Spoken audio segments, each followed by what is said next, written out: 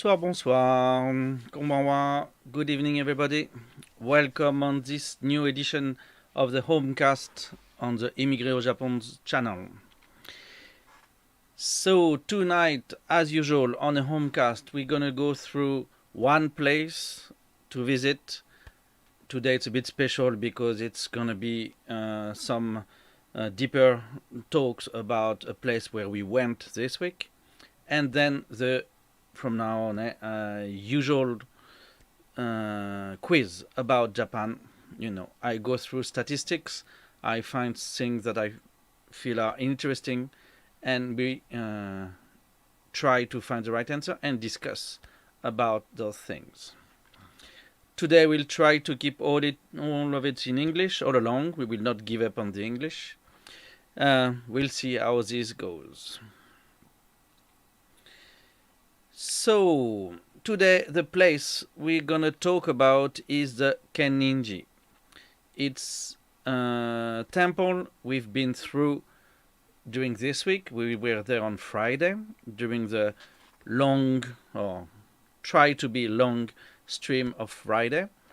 It's the main place that we visited alone, and I feel I didn't even have enough time to explain things about it, so I wanted to get back to it to talk a bit more about it and appreciate also some stills from the internet and some we took from the live we made from the stream. So the Kenniji is a temple in Kyoto. So as you can see, it's here on Kyoto in Japan. When you move on to Kyoto here, it's down here at the red spot. Okay. So we started the live on this bridge over here. And we went down, you know, from this big street, the Chijo. We went from this to down the Geisha district, Gyeonkobu, down to the Kenniji.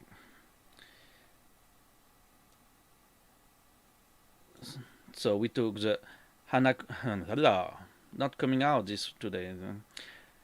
Hanamikoji Street. That's the one we went down here, and the Kenniji is the big domain at the end of the street. That's where we were. So if we look at the Kenniji, you have the main part, okay, which is here with the Hojo and the Hodo, and you have also the Sanmon down here that we saw at first when we visited, and on the sides, both sides, you do have sub-temples. The one where we went is this one, the Ryosokuin. We went to that one as well. We won't go through that today. We are focusing on the main place of the Kenniji, the main temple. So when you look at the map, you already get quite a lot of information about the place, among which you have the different gardens that are there. You have the names of the places. So the two buildings we want to pay attention to are the Hodo here, the one that is separated, and the Hojo, which is the place with for the abbot to... That's abbot quarters. Usually, now it's just to visit actually and do some ceremonies. So those are the most important buildings. And you see in green here, those three are the names, position and names of major gardens of the place. So you have this one, which has a strange name. We'll have a look at that. You have this one. So you see that on Google, it's not yet translated. You have the Japanese name, but you don't have any transcription for it. And here you have this one, which is the main dry garden.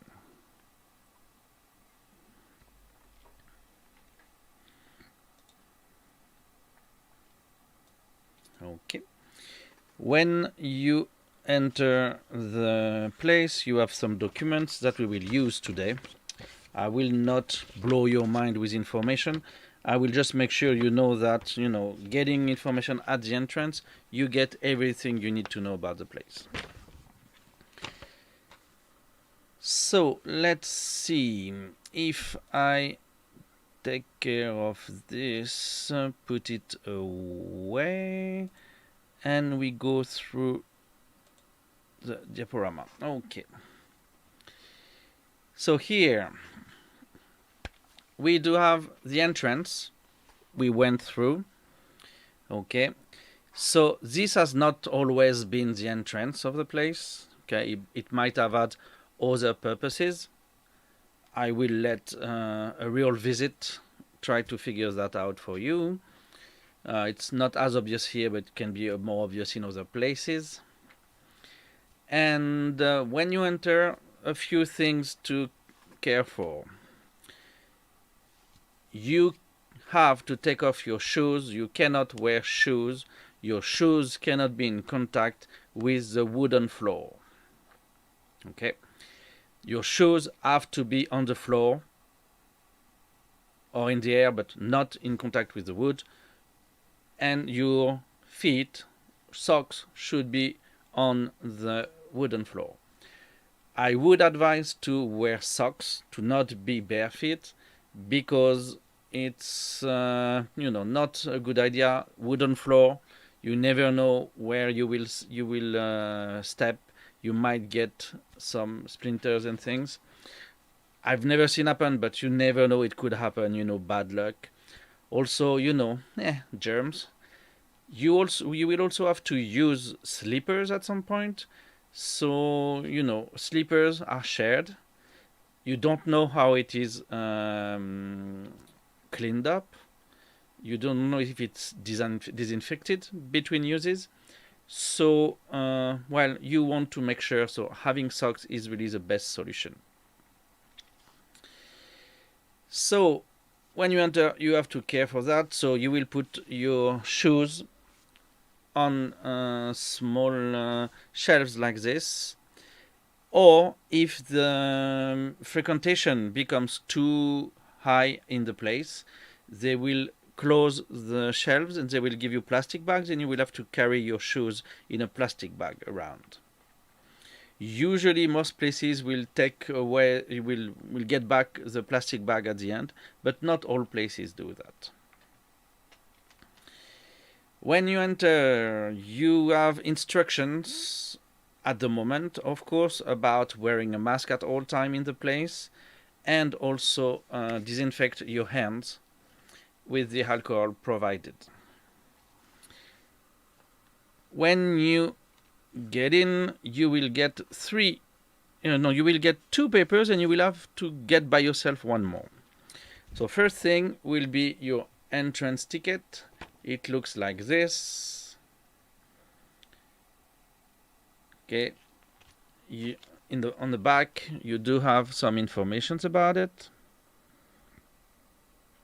Okay. And you have one of their most famous piece of art represented. Okay. With it, you also get this, which is a nice looking souvenir. Okay. Gives you necessary information, web address, there is an email.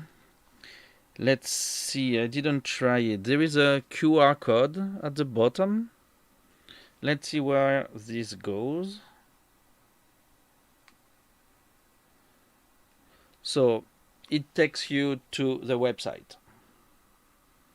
The website has an English version, I guess. Yes, there is an English version. Top right, you have the English button you can press, and you end up on the English version of the website.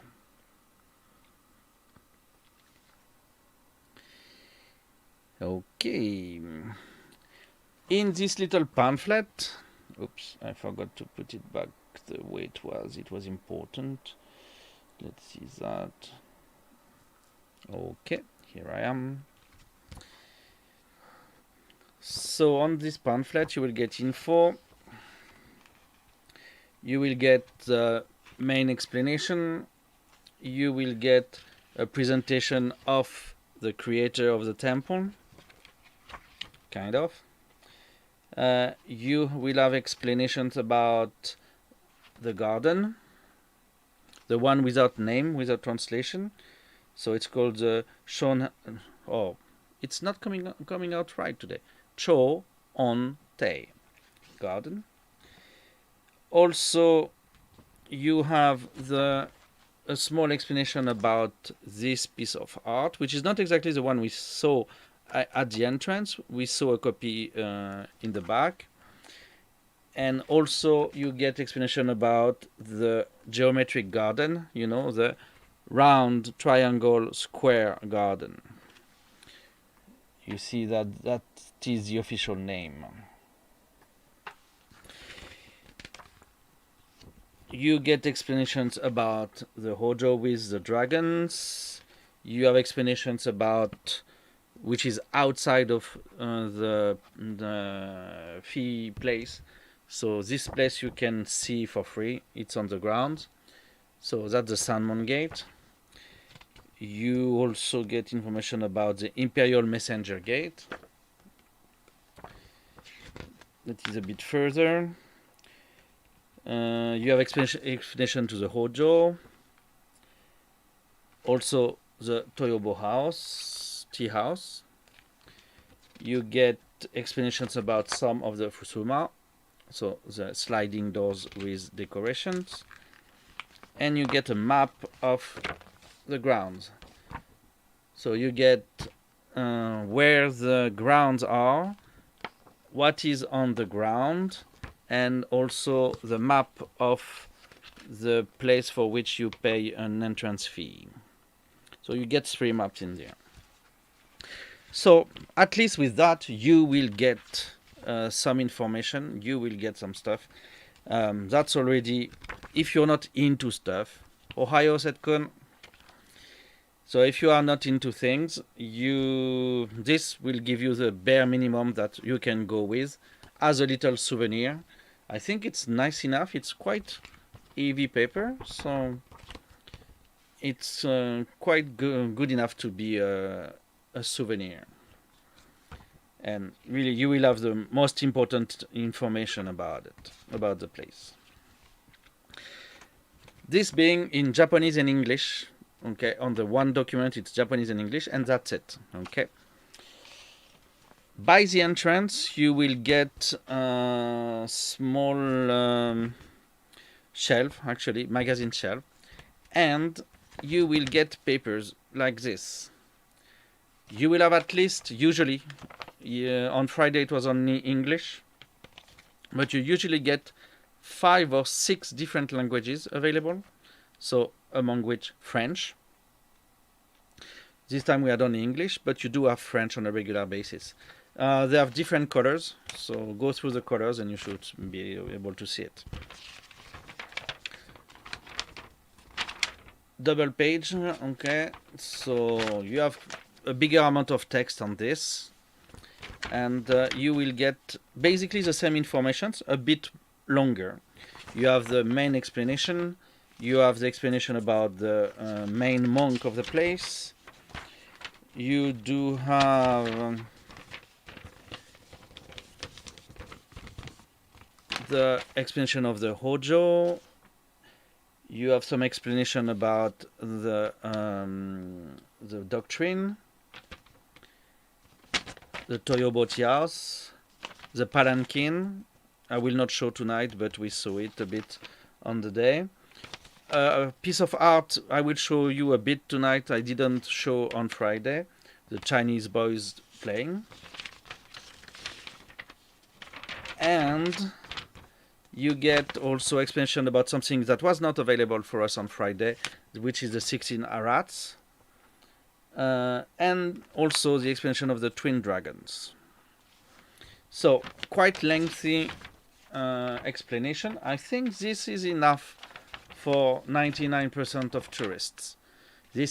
Having this much information, you are well aware of what's going on. So it's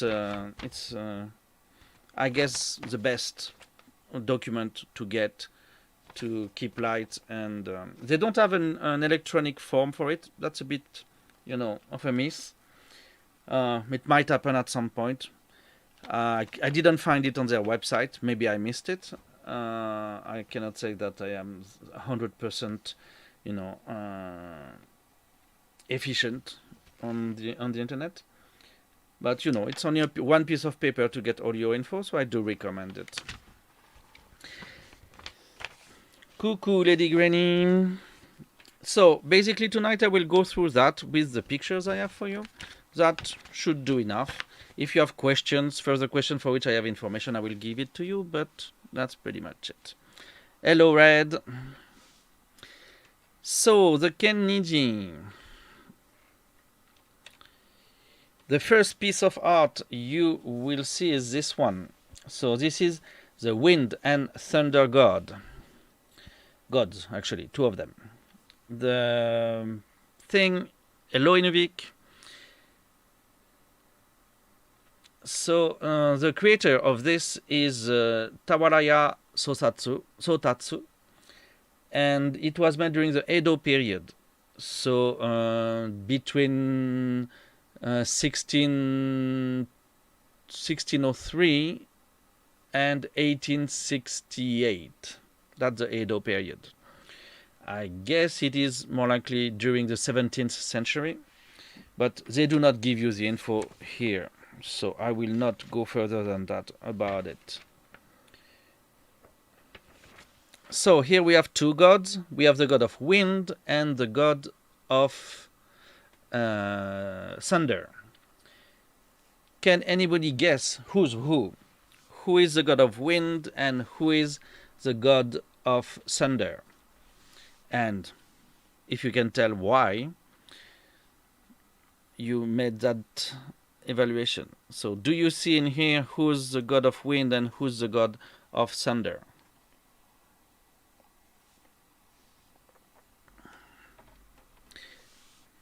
Hello le Zozizon 2.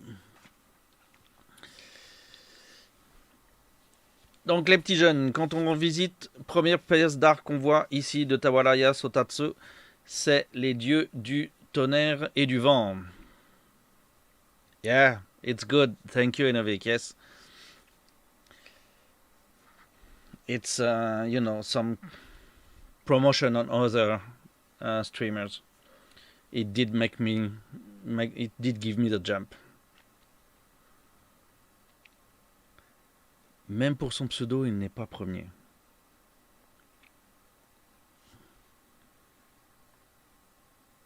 Who's not first for his pseudo? Alors, est-ce que quelqu'un a la réponse à la question? Qui est le dieu du vent et qui est le dieu du tonnerre? Do you have any idea which one is god of wind and which one is god of thunder?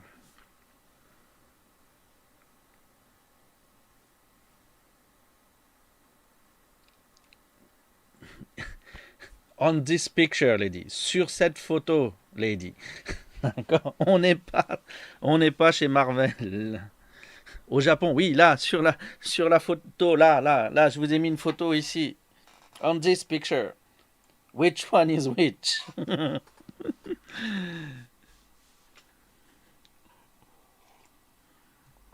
Ah oui,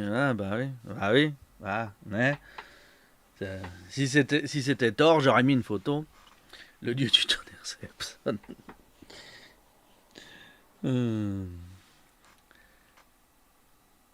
Tonnerre en vert, thunder in green, ok. Lady and Zozizon, Thor et le fils de Odin, c'est pas un Marvel. Oui, mais à l'époque moderne, c'est chez Marvel.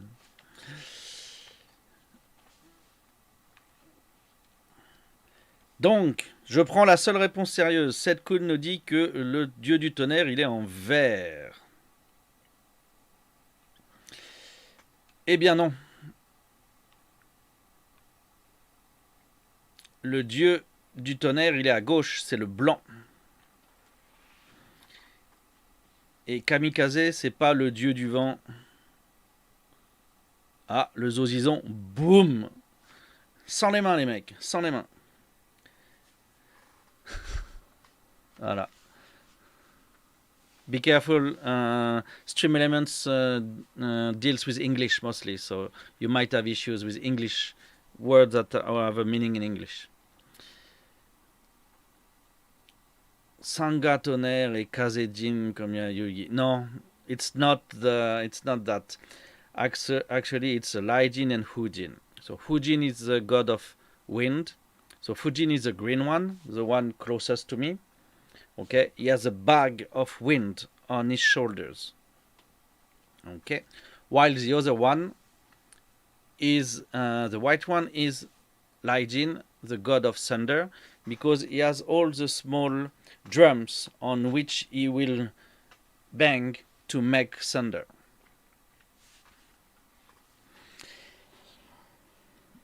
So this is also a Zen drawing, because the central part of the thing. J'ai gagné le zozison. Ben, je sais pas ce que t'as gagné, mais félicitations.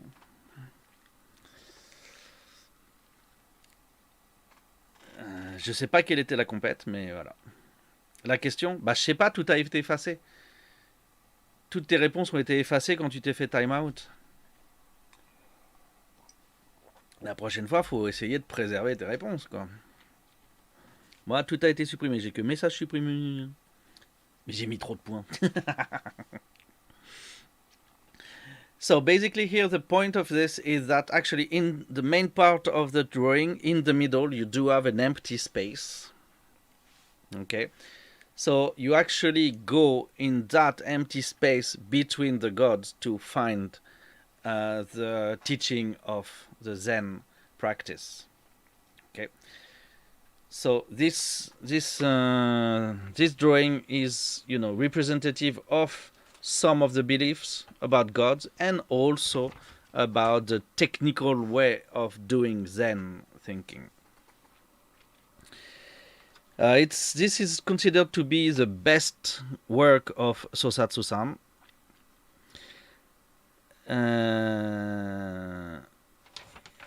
They look scary, but actually, if you look close, they are a bit grotesque. And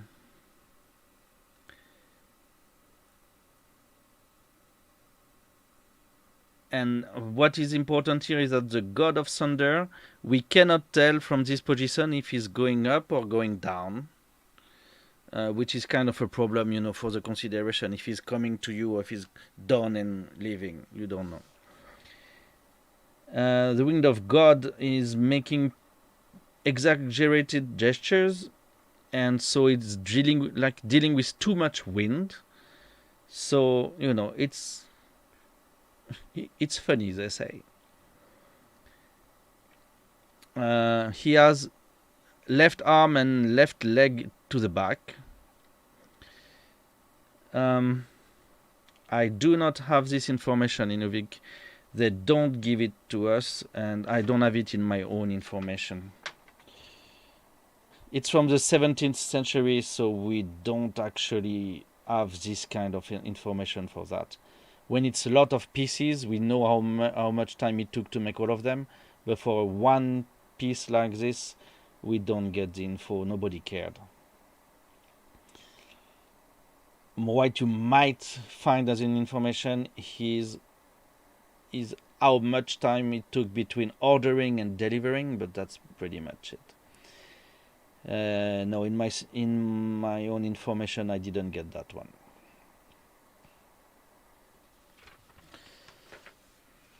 It's yes and no. It's not one of a kind, because those gods are represented very usually. You will find it in different places.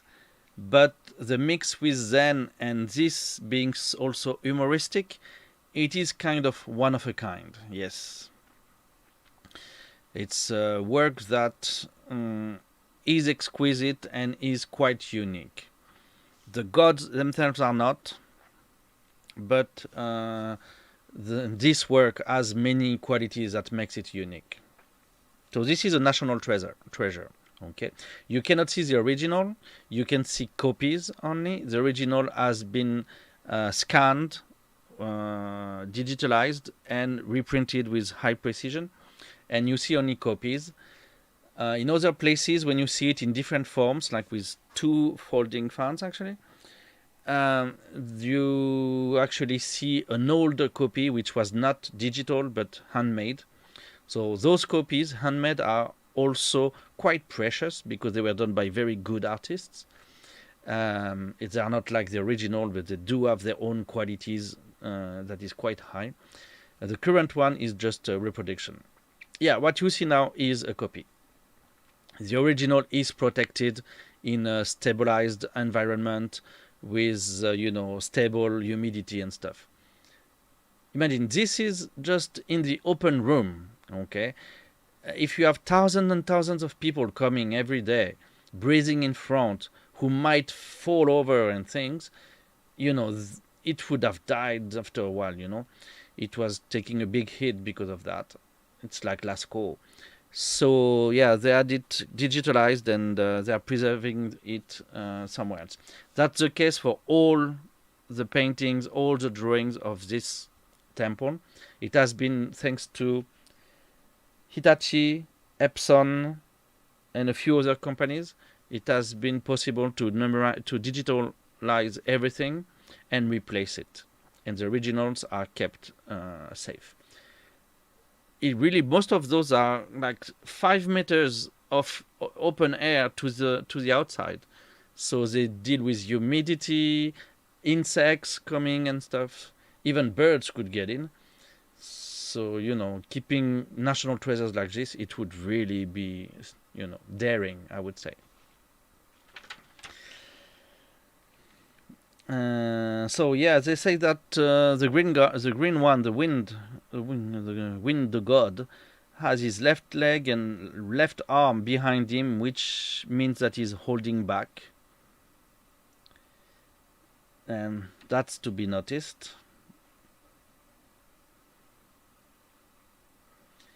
And the colors are with a lot of colors. I knew Epson was involved. Yes, Inovik, you were right. But you don't have too many colors, so you don't get distracted actually by the colors and the way they do it. Also, there is a dripping effect about the clouds, under the clouds, that makes a work for the gold to be like, so I guess it's bottom left and bottom right. He made an effect to like feel a sky under the gods. So this is it. No, I don't want that. I want to go further. The next thing you will see is the garden, which is round, square, and triangle. So in the Zen discipline, they came to the conclusion that you can represent the entire world, all the concepts of the world, with 3 shapes: round, triangle, and square. On this place, on this thing, you do see the square right in front. Okay, at the bottom, the well here, that's the square, very obvious. You see the round, that's the tree as well as the gravel around it. But can you find the triangle? Can you see where the triangle is in this garden? I never had a client who was able to find the triangle being right in front of the place. You on a picture, can you spot the triangle? Vous avez le carré, vous avez le rond. Serez-vous capable d'aller trouver le triangle qui permet de faire la représentation totale du monde de ce jardin? Le voyez-vous? Il est présent sur la photo. Mais même les gens qui sont devant le jardin en réel, j'ai jamais eu quelqu'un qui a trouvé. Si, un enfant, je dois dire. Si, je mens, j'ai eu un enfant qui a trouvé. The rock. The rock at the bottom of the tree? To the right? Well, that's what you mean? The rock that is around this height there? How could it be a triangle?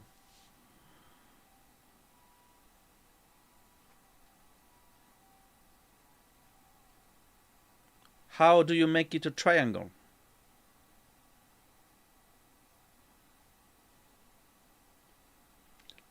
L'arbre. Mais comment l'arbre il est triangle? Le carré, on voit le carré dans notre face. Le rond, on voit le rond dans notre face. Donc, il est où le triangle dans notre face avec l'arbre?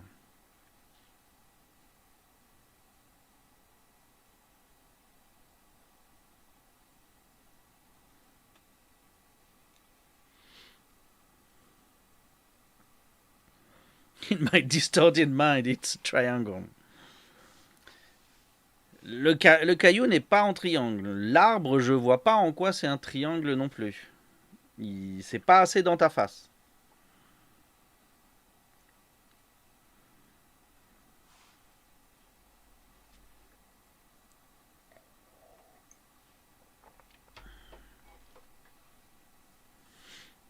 Alors, vous abandonnez? Carré moins rond égale triangle.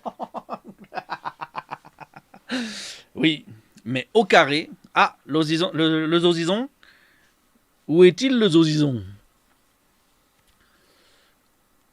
Nous t'écoutons, le zozison. Non, tu l'as pas. Ah, bah, dis, tu nous fais des fausses joies. Alors, trop timide pour le dire. Le saucisson timide. Mais bien sûr. Mais bien sûr que tu es timide, on y croit. So, the triangle, actually, you know, even when you're in front of it, it's not that easy. Même quand on est devant, c'est pas facile à voir. Si vous regardez au fond du jardin, juste avant qu'on ait le bâtiment qui recommence, vous verrez qu'on a une épaisseur on a une sorte de marche. Les cailloux, ils ont une épaisseur, il y a une sorte de marche. Vous voyez? Est-ce que vous voyez ce que je veux dire? Ça commence au niveau du poteau à gauche, avec la gouttière à gauche là, et ça va à droite à la boîte verte. Vous voyez cette épaisseur qui se déplace?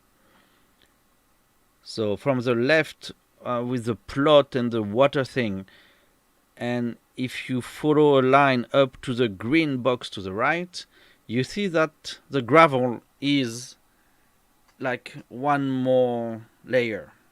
Okay.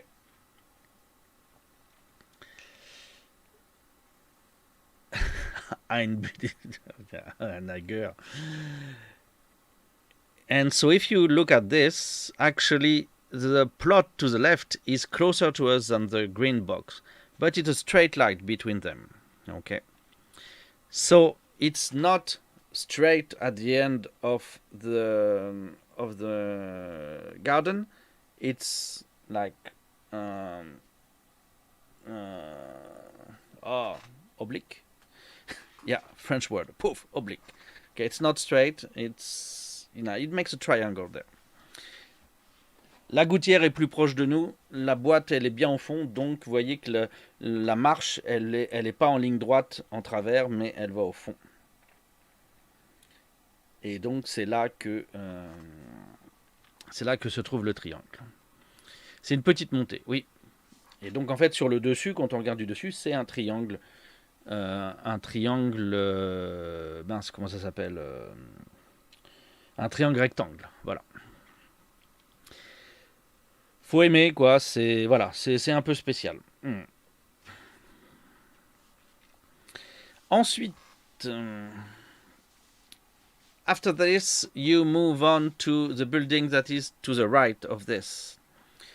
So in there, no, sorry, I forgot. Above the round triangle square garden, you do have those nice traditional roofs that you might want to pay attention to, especially the chimney there that is quite traditional of Japan for all buildings, so it's pretty nice.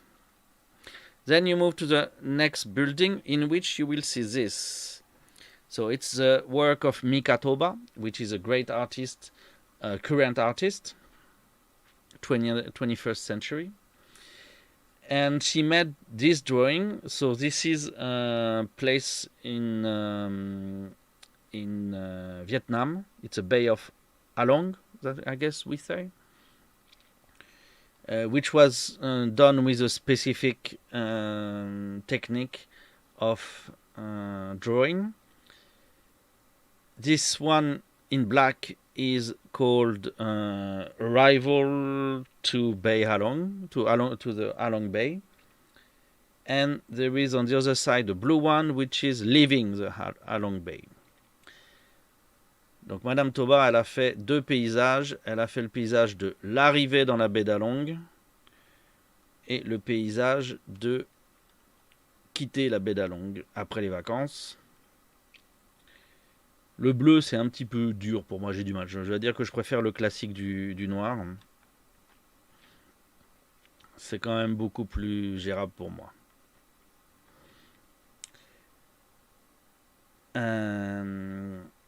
Donc je le trouve... C'est fait avec une technique particulière. J'ai pas bien compris la spécificité de la technique, mais c'est fait avec une technique traditionnelle. So it's done with a very specific traditional technique. I am more impressed with this little work, where you have the falling branches of a tree reflecting in the water.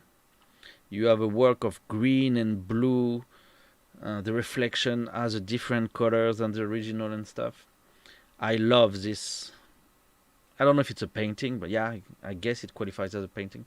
But I love this one more than the big one. The big blue one just feds me up. It's too much at once. But this one is very exquisite and I like it a lot. So it's right beside it in the building.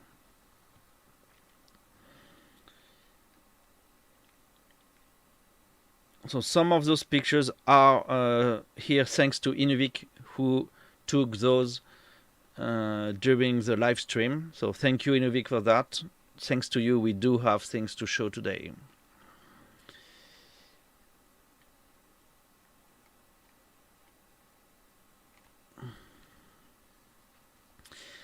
Then in front of this building, we do have this garden. This garden, I need to check, I forgot the name again. Let me see. Why do I keep forgetting the name of that thing? I shouldn't. No.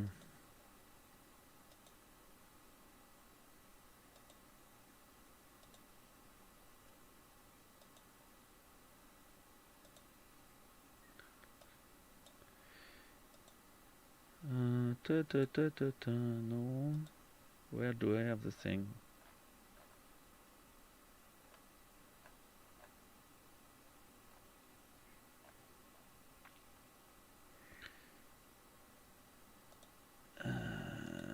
Where did it go?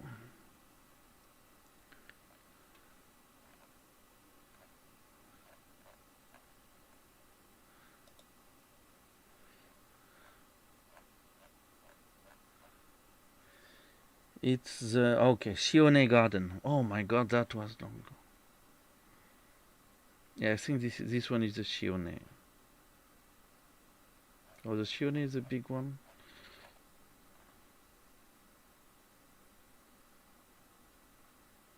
No, okay, the big one is a Daiōen. Okay. So this one is called the Shione.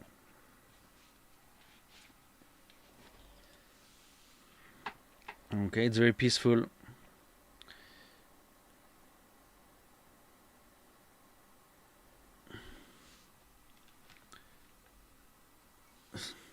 What? Setkun, welcome. Setkun, un peu de classe et de poésie, je vous prie. Victor takes many screenshots. Oui, Nivik, that's true. He does. C'était quoi la question? Je suis. Ok. So this one is kind of a dry garden because you don't have any water in it.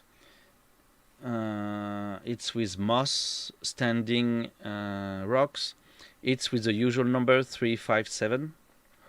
So here you have a trinity, which is basically a Bodhidharma with two Bodhisattva by the side, and to which you add two more to make 5, and you should have two more, one here and one here. That makes 7. You have a few other stones, so you know the count, but usually it should respect the 3, 5, 7 rules. So this is officially a garden, a Zen garden, even though it's between the different buildings. We always imagine Zen gardens that end up to a wall or to actual nature. So this one is just limited between two walkways and two buildings. So it's a bit special for that.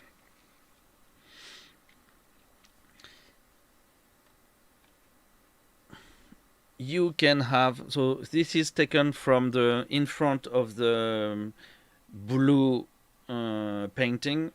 Looking at it, this is during fall, that's why you get the red trees.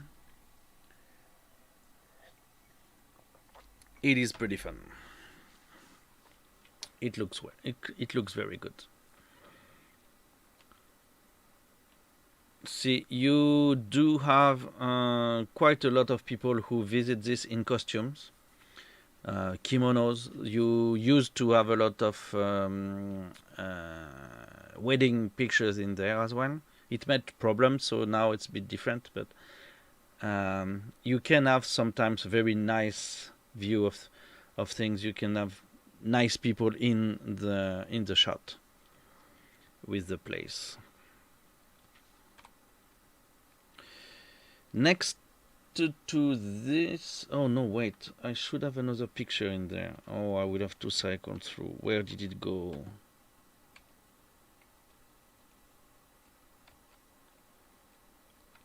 Why is it not here? Come on, where did you go? Okay, you've seen everything. We can go back home now.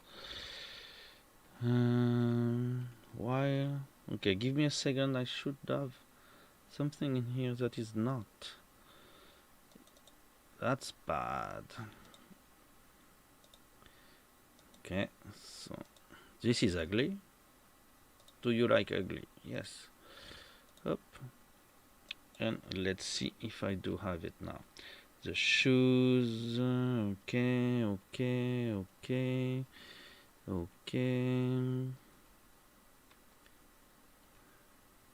Here.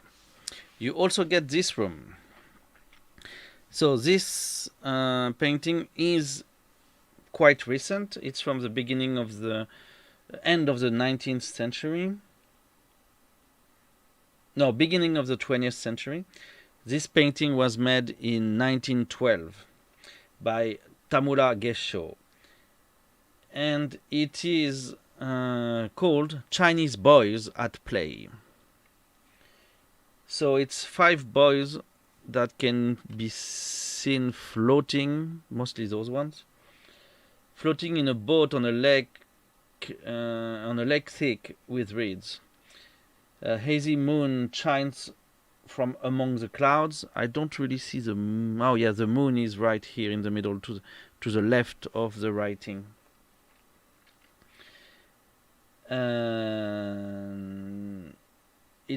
and is reflected upon the surface of the lake. So you have the reflection of the moon down at the bottom left of the writing. On the other one, you see scenes of young boys at play, giving this room an overall cheerful mood.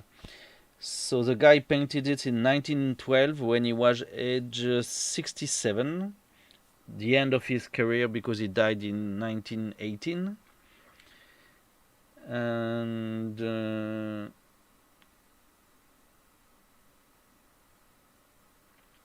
boys that play like this were a favorite theme of early modern times, especially among the painters of the Maruyama school.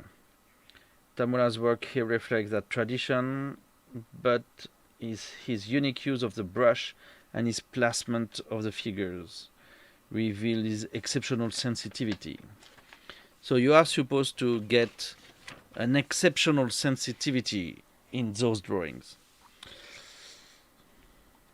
I think I'm not sensible enough. I guess this is, especially the one in the back there with the writings, I think it looks good, but the writing bothers actually. Donc le mec a fait ça en 1912, c'est un de ses meilleurs travaux, c'est un de ses travaux finaux. C'est censé être joyeux et tout. Bon, moi ça me faut, bref, quoi, voilà quoi. Pas non plus, pas spécialement convaincu quoi. Mais bon, c'est très connu. Œuvre du début du XXe.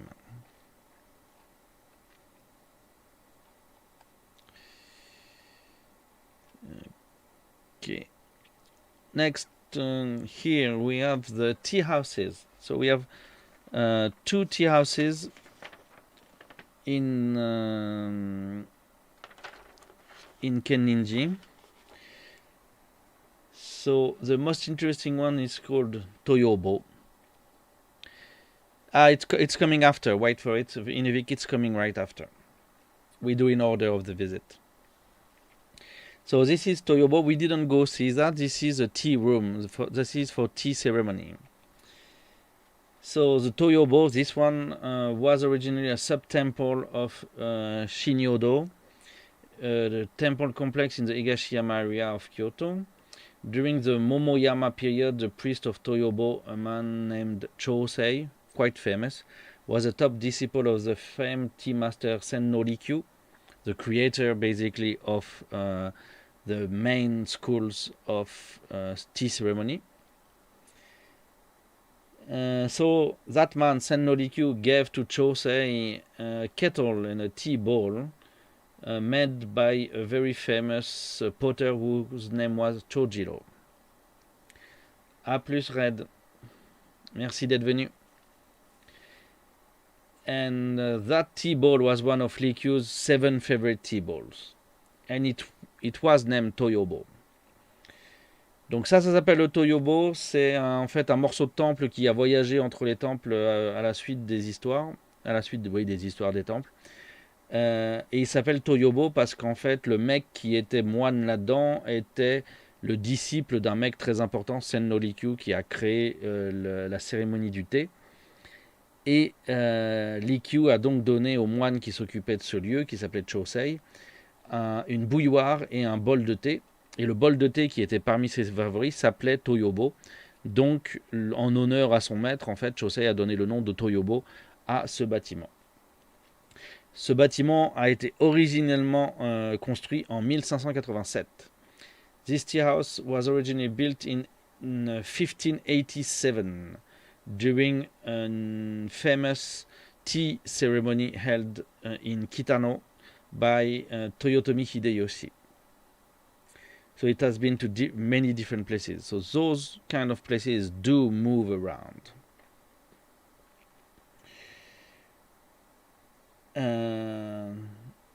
So what we see open here, ce que vous voyez ouvert là devant au milieu, c'est la porte. Donc à votre avis, pourquoi est-ce que la porte est comme ça? C'est un carré de 90 par 90. À votre avis, quelle explication m'a-t-on donné de cette porte de 90 par 90?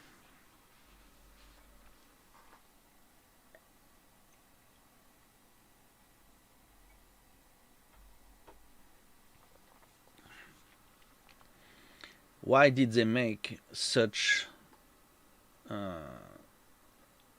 doors? Pour le charbon? Non, pas du tout.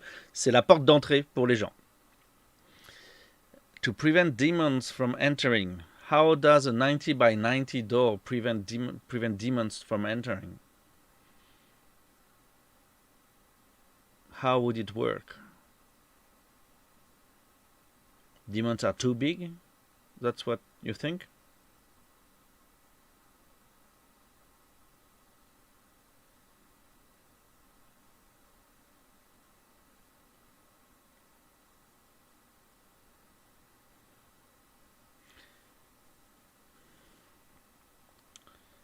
About 120 centimeters tall, so they don't fit and they cannot.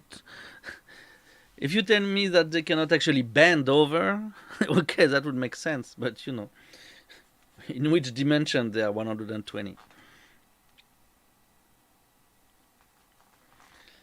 So what I've been told is actually people entering this place will have to actually bind over. Okay. Bend over, more likely, and so they cannot bring weapon in it. Sabers, katanas, and things are too big to deal with this.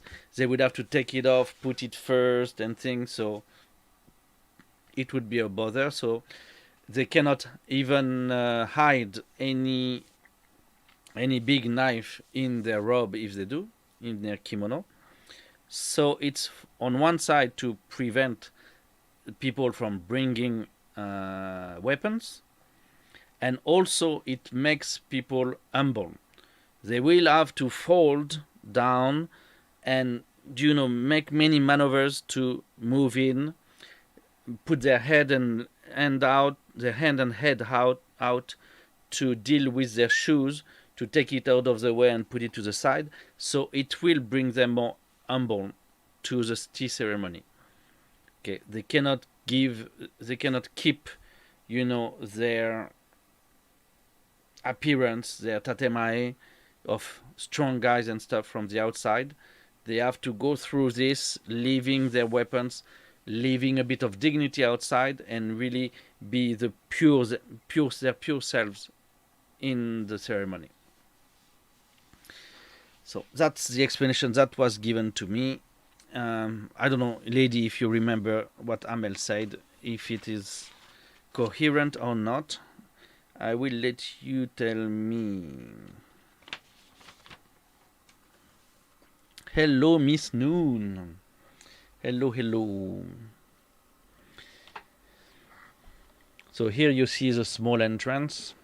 Okay, they have on different sides. It's not, a problem. But they are all small like this.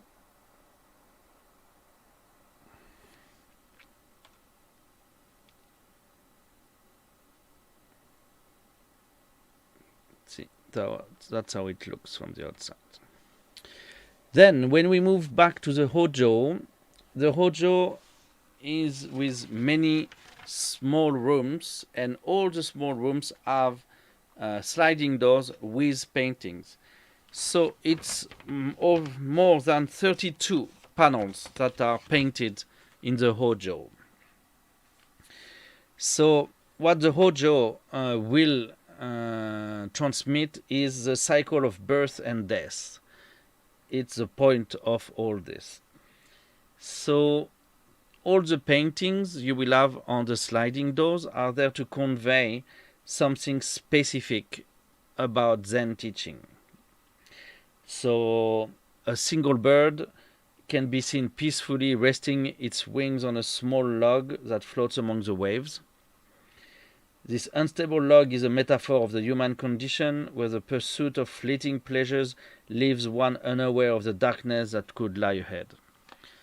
Donc par exemple, on a un moment, alors c'est pas celui-là, mais on a un moment un oiseau qui repose ses ailes sur un petit rondin de bois. Et ce petit rondin de bois flotte au gré de l'eau. Et donc il est instable, et cette instabilité du rondin de bois est une métaphore de la condition humaine quand la poursuite des plaisirs temporaires laisse, enfin, empêche l'être de savoir, de connaître la noirceur qui est devant lui. Voilà, c'est du zen. Vous en faites ce que vous voulez, votre 4 heures, vos préceptes, c'est vous qui voyez. Mais voilà leur explication pour les trucs.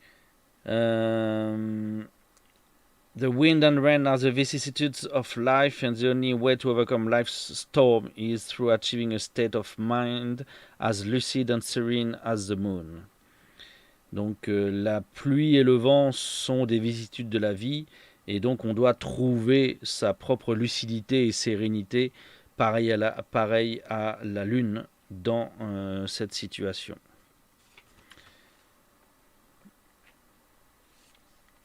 On a également celui-ci que j'aime beaucoup,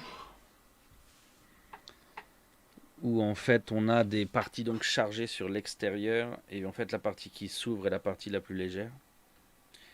So this is quite nice. The sliding doors you actually open are in the middle, so it's a lighter drawing on the lighter doors that will move and cover, open the way for the mind actually. You also have some situations from China.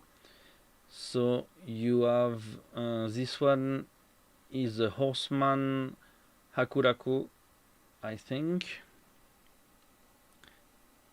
It's a horse seller. And you also have this one. So it's pretty peaceful. It's a garden. It's definitely Chinese. You have somewhat colors in there. And this is very interesting work. Of course, you will get 2 dragons. Here you get 1 dragon, and this is the other one. As usual, you have one with the mouth open. So this is the R. This is the alpha, the start, the beginning of the cycle, and its opposite here has the mouth closed, so it's a that's the omega, so that's the end. So this shows the cycle. Okay. You start from the one, you should actually start from the one with the open mouth, follow the rooms in the back, and come back to finish with the dragon with the closed mouth.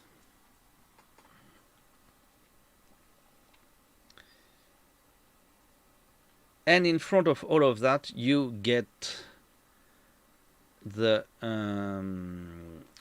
dry garden that looks like this.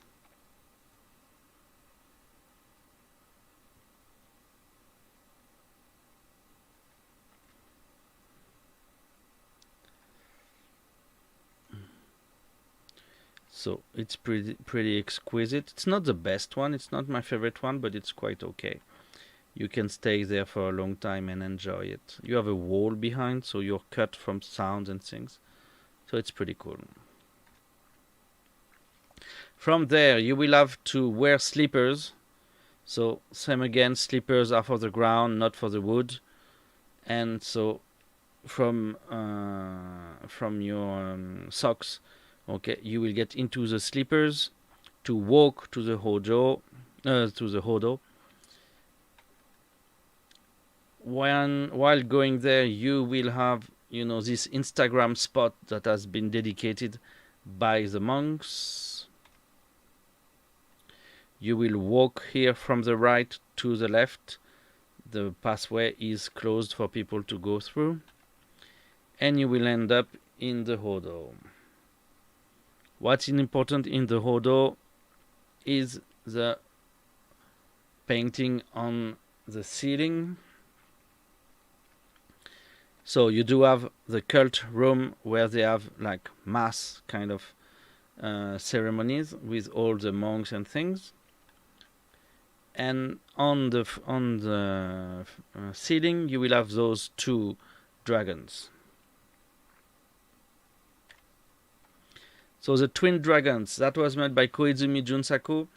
This painting was made to commemorate the 800th anniversary of the kenniji founding, and the ceremony to mark its installation was given on April 2002.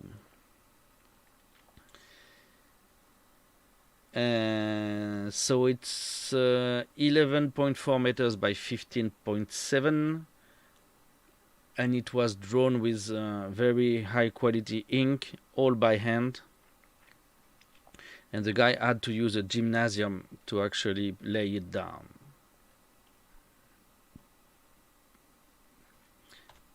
And you get this in the end. This is the twin dragons of the Hodo. So what is the usual things you can say about sealing dragons? What is one of their purpose?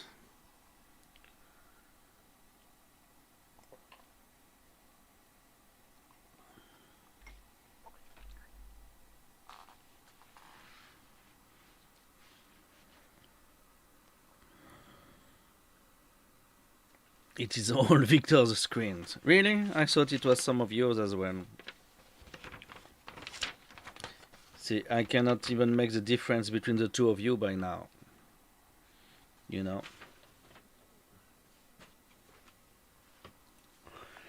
Yeah, protect from fire is one of the important ones. Those dragons are divinities of water, so they are like the sprinkler of gods. They should protect the place against fire. You can also find in here some references to usual, I would say the current known culture. Yeah, the style is pretty Chinese. Can you relate this to one manga, very famous manga and anime? Est-ce que vous pouvez me dire à quel manga, à quel animé vous pourriez relier ces deux dragons?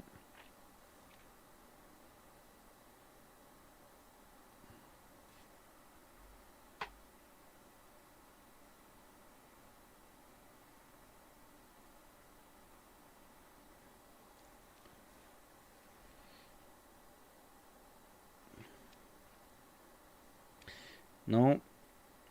So here what you can see basically is Dragon Ball. If you look at the paw of the left dragon, you see he has a ball in its claws.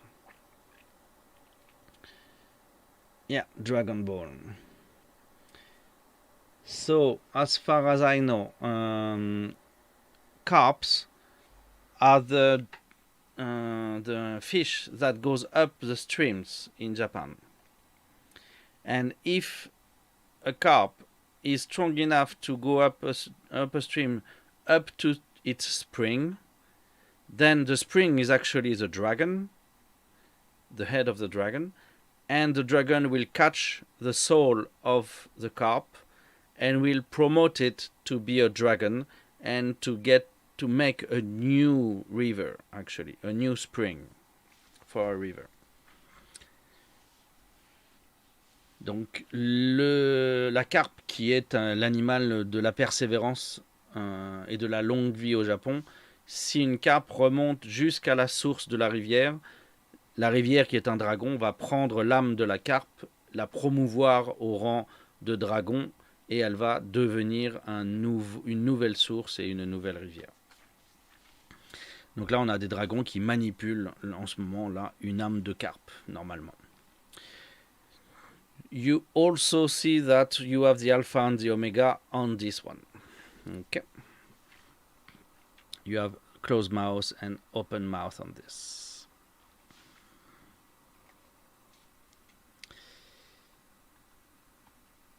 And that's it for the kenniji.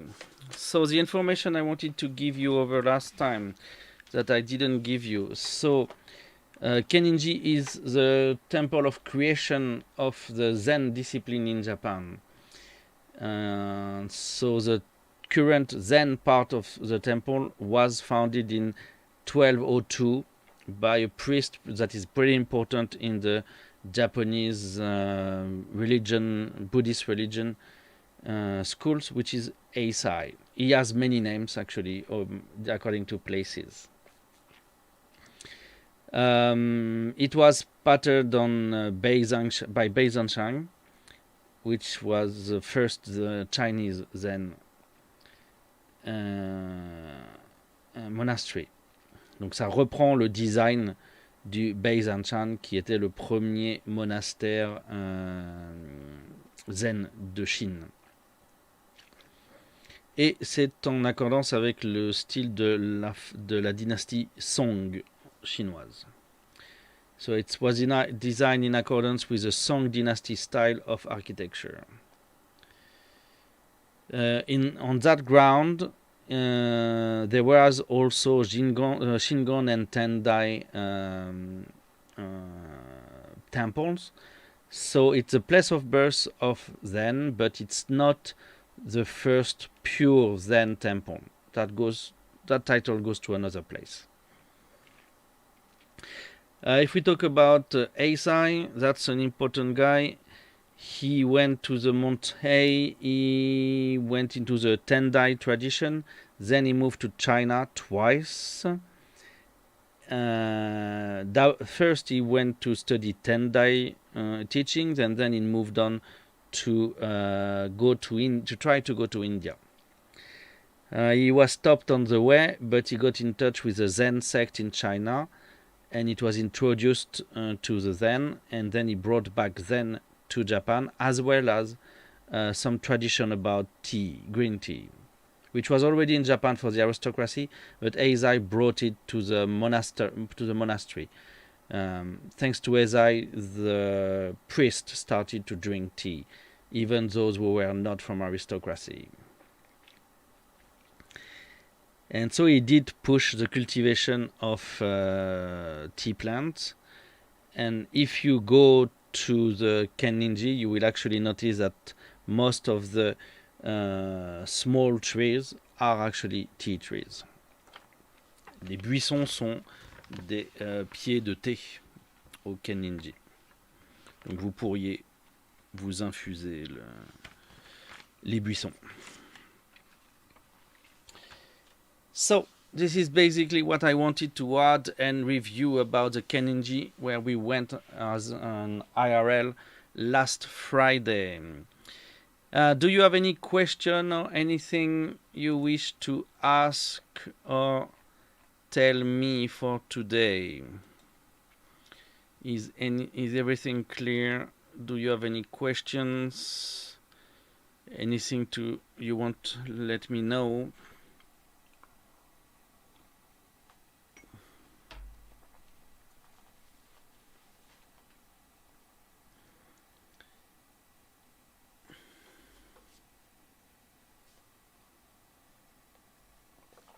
There's a tea leaf in my tea. Okay, so you will have to watch again the VOD. Okay, well, yeah, please do, So now we're gonna move on to... No question, okay. So we're gonna move on to the quiz of the day. We'll see if we get a few more players along. If people are back in action. So let's go. Today I went through quite different subjects. We'll start with geography and move on to other things. So, first question of the day will be about geography. And here it is. What's the fifth largest island of Japan according to the Japanese government after Honshu, Hokkaido, Kyushu and Shikoku? Donc, au-delà des 4 grandes îles que l'on connaît habituellement. D'accord, Honshu la plus grande, ensuite Hokkaido celle du nord, Kyushu celle de l'ouest et Shikoku celle du sud-ouest. Après ces 4-là, comment ou quelle est la 5e plus grosse île de l'archipel japonais? S'agit-il de Awaji, juste en face d'Osaka, Kunarashi, Okinawa ou Etorofu?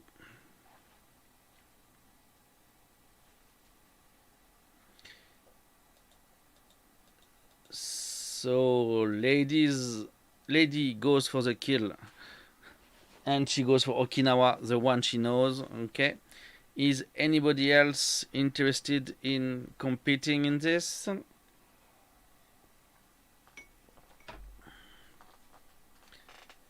Miss Noon goes for Okinawa as well. Okay.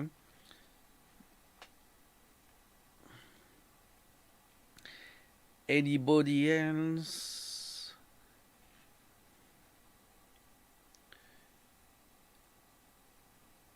Etolofu de Glini.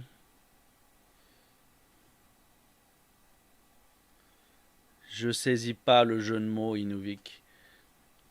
Qu'est-ce que tu as vu dans Etolofu, toi, là?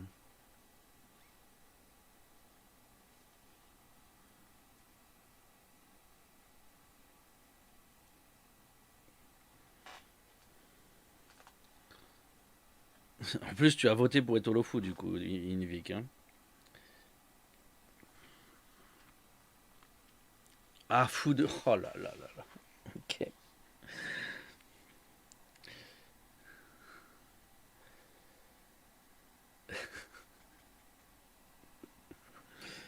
Tu vas me tuer, Inu, tu vas me tuer. Ok, on va s'arrêter là. Les autres participeront au prochain s'ils veulent. We'll stop here. The lurkers will vote next time for the other one. So your answer is Okinawa, and it is not. The fifth biggest island, according to the Japanese government, is Etorofu. Have you ever heard of Etorofu? Avez-vous déjà entendu de Etorofu? C'est une île qui est ici. C'est la plus grande en 5e position. Thanks Inuvik for coming. Thanks a lot. And see you again. See you soon.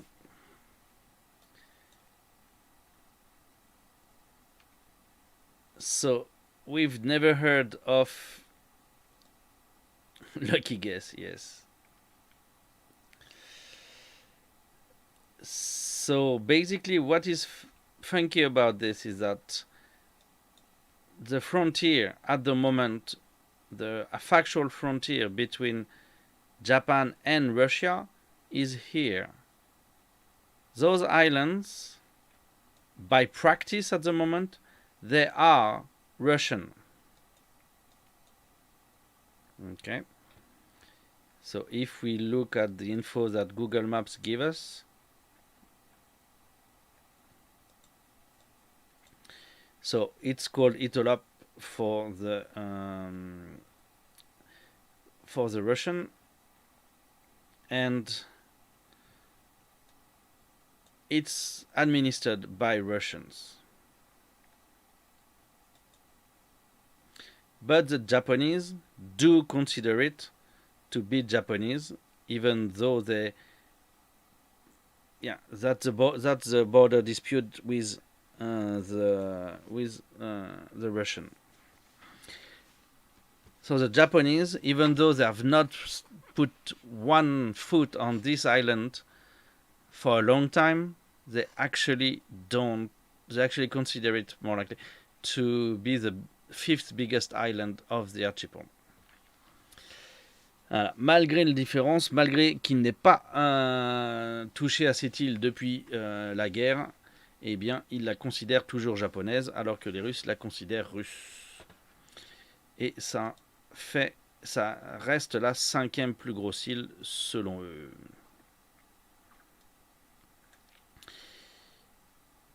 Donc c'est une question qui est un peu chargée au niveau... Oh, I didn't show you, sorry. Je vous parle d'un truc que je vous ai même pas montré. Alors forcément, vous comprenez pas de quoi je parle.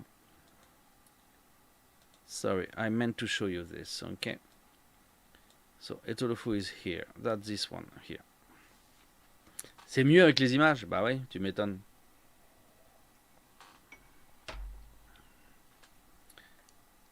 D'accord? C'est cette grosse île-là. Et donc la frontière, elle est ici en fait, entre les Russes et les Japonais. Alors que ça, c'est censé être japonais, ça aurait dû être rendu.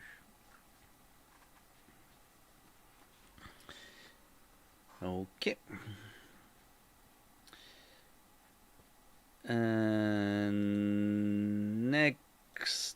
Next question.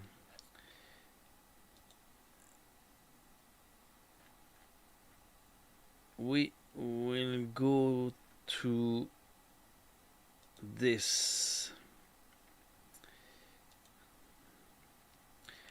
What is the largest prefecture of Japan? Quelle est la préfecture? Quel est le département le plus grand du Japon? Tokyo, Nagano, Shimane ou Hokkaido?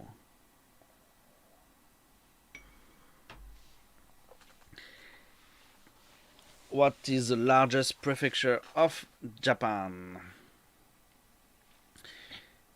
Lady goes for Shimane. Number 3. Inuvik goes for Shimane as well. Anybody else wanting to say something? Vous dites Shimane, mais vous connaissez Shimane? Vous savez où c'est?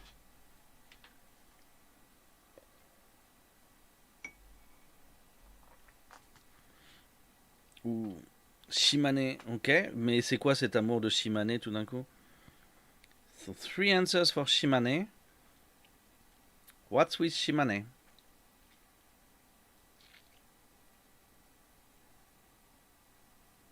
Shimane, c'est au Japon. Oui, d'accord, ok.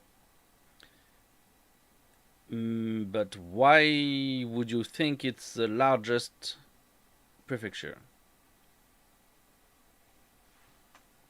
Tu crois que j'avais déjà posé cette question? De manière assez évidente, non. Ou alors vous avez rien mémorisé. Oui, Ced qui a voté contre son gré du coup. Hein. So your selected answer is Shimane. And no, not at all. So if we look at this, we'll basically go through. We have Tokyo. Okay, this is Tokyo. Okay. Then I said Shimane that you selected. Shimane is here. Try to show the limit of it, but it's pretty hard.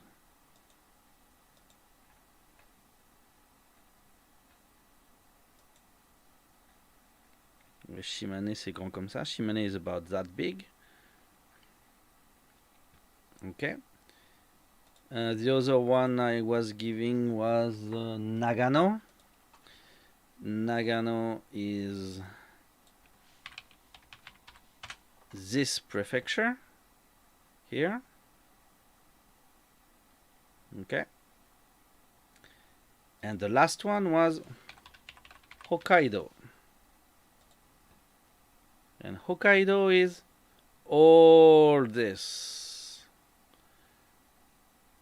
Hokkaido, c'est toute l'île de Hokkaido qui est un département.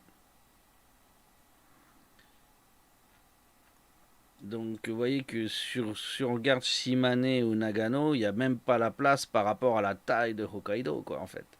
Hokkaido, c'est des dizaines de fois plus grand, quoi. Lady Greeny verse des nouilles sur ta tête.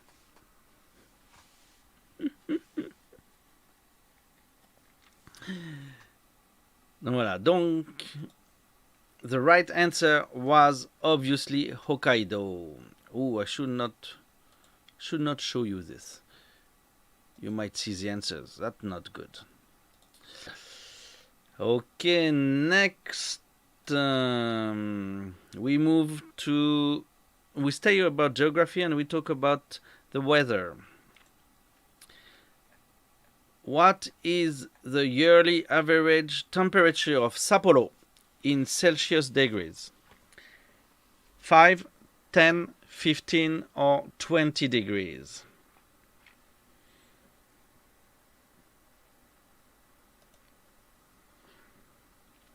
Quelle est la température annuelle moyenne de Sapporo?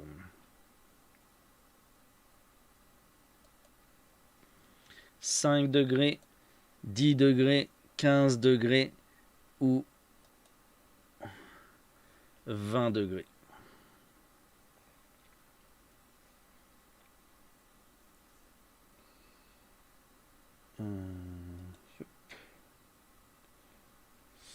C'est la question combien? J'ai oublié 23.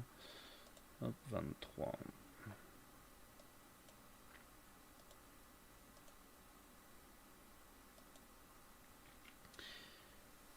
Donc, said 15, lady 15.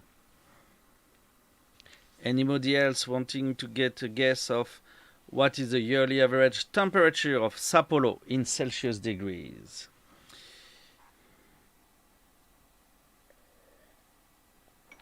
Sapporo, c'est la grande ville de Hokkaido, qui a le festival de la neige.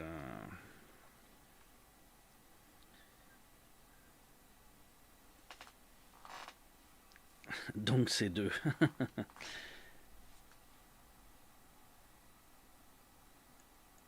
So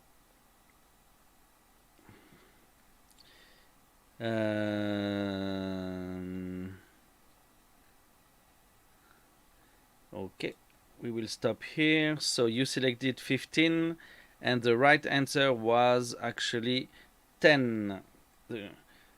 La température annuelle moyenne de Sapporo, c'est 9,8 degrés. Ils ont des étés qui sont tièdes, mais ils ont des hivers qui sont très froids en fait. Hein.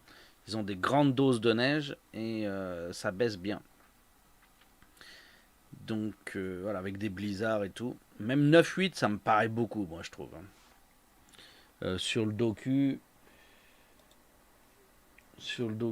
voilà, ça nous dit Sapporo.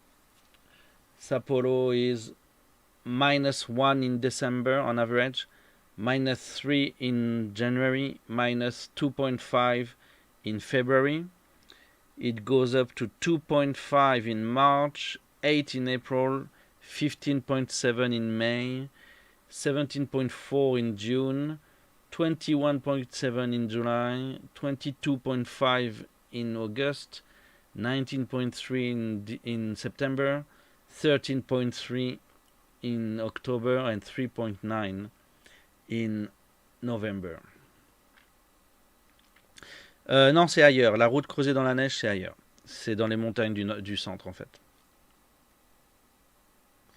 Oui, statistiquement, tu dois tomber sur quelque chose à moins que je sois vicieux.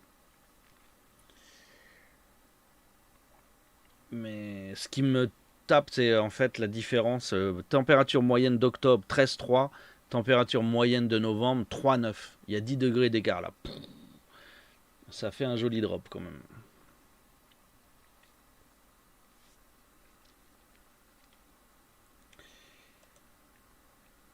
Ensuite, the next question.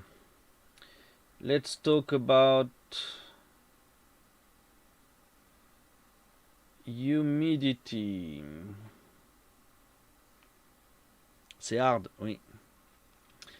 Faut s'accrocher un peu. Faut sortir la petite laine. Next, humidity. What's the average humidity over 1 year of Tokyo in percentage of humidity? So is it 60, 70, 80 or 90? Le taux d'humidité moyen de la ville de Tokyo.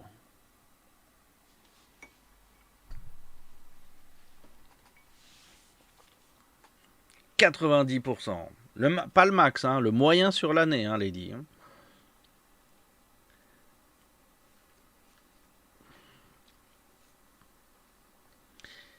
Qui d'autre se lance sur le taux d'humidité moyen à Tokyo sur un an?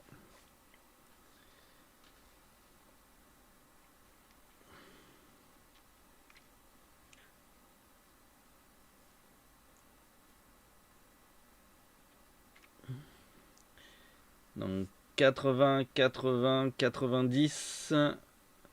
C'est votre dernier mot. This is your last say. Donc c'est 80 qui a reçu le plus de suffrages. Et l'humidité de Tokyo en moyenne sur un an, c'est 70%.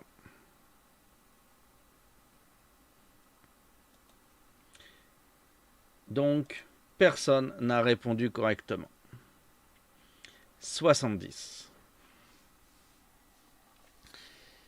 The right answer was 70. 70%. You have to see that actually Japan is very dry during winter. Faut pas oublier que l'hiver, on a du vent arctique qui descend, qui est extrêmement sec en fait. Donc oui, on a de l'humidité de fou l'été qui monte à 90-95 sans problème, automatiquement. Mais en fait, l'hiver, on est à 0, 0,2, 0,5% d'humidité. On a un taux d'humidité très très très bas l'hiver. Quand le vent arctique souffle, on est à 0. Hein. Il y a 0 humidité, c'est la mort. Tu brûles les sinus, c'est de la folie. Sur tout le Japon sauf Okinawa. Hein. Donc voilà, l'humidité, elle est vraiment, c'est le problème du Japon, c'est qu'elle est extrême.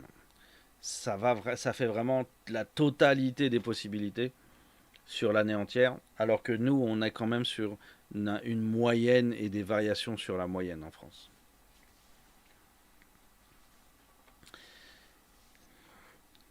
So you get quite a lot of dry wind from the Arctic Pole during winter in France, so that's why you get such a low average humidity rate in Japan. Only 70 in Tokyo on 1 year. Next question is a bit more fun. La prochaine question est plus fun. Sachant qu'il y a seulement 50 km entre Osaka et Kyoto, quelle est la différence en heures de soleil annuelles entre les deux villes? 15% en faveur d'Osaka, 30% en faveur d'Osaka, 10% en faveur de Kyoto ou 25% en faveur de Kyoto.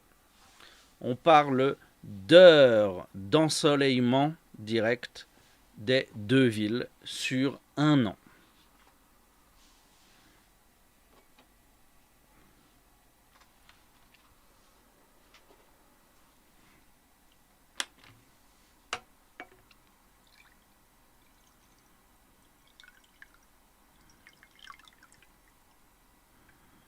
Lady revient sur son 3 qui nous dit 10% de plus à Kyoto.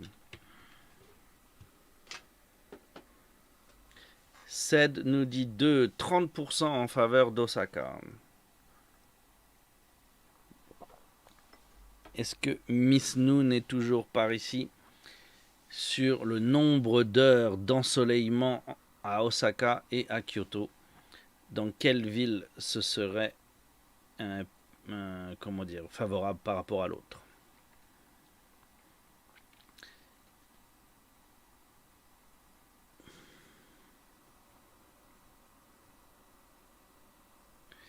Miss Noon nous dit 3.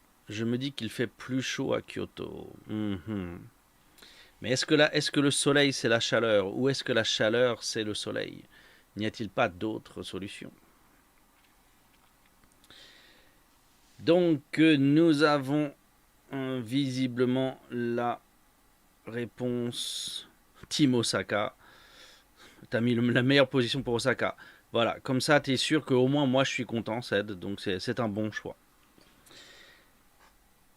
So we'll stop the poll here.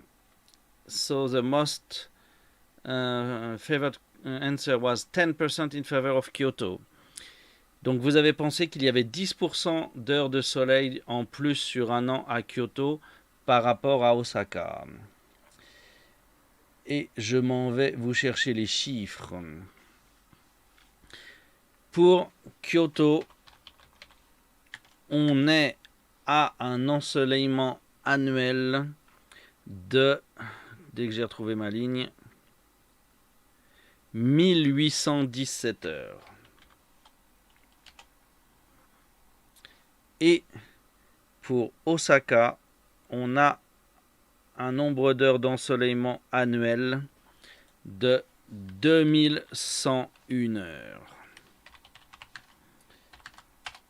So, yearly in Kyoto you get 1817 hours of sunshine on average, while in Osaka you get 2101. So, I guess if you make the calculation, you will find an advantage for Osaka of about 15%. La bonne réponse était 15% en faveur de Osaka. Donc Ced, tu étais un peu trop optimiste. Nous avons un avantage, mais pas aussi important que tu le croyais. You do get more sun in Osaka.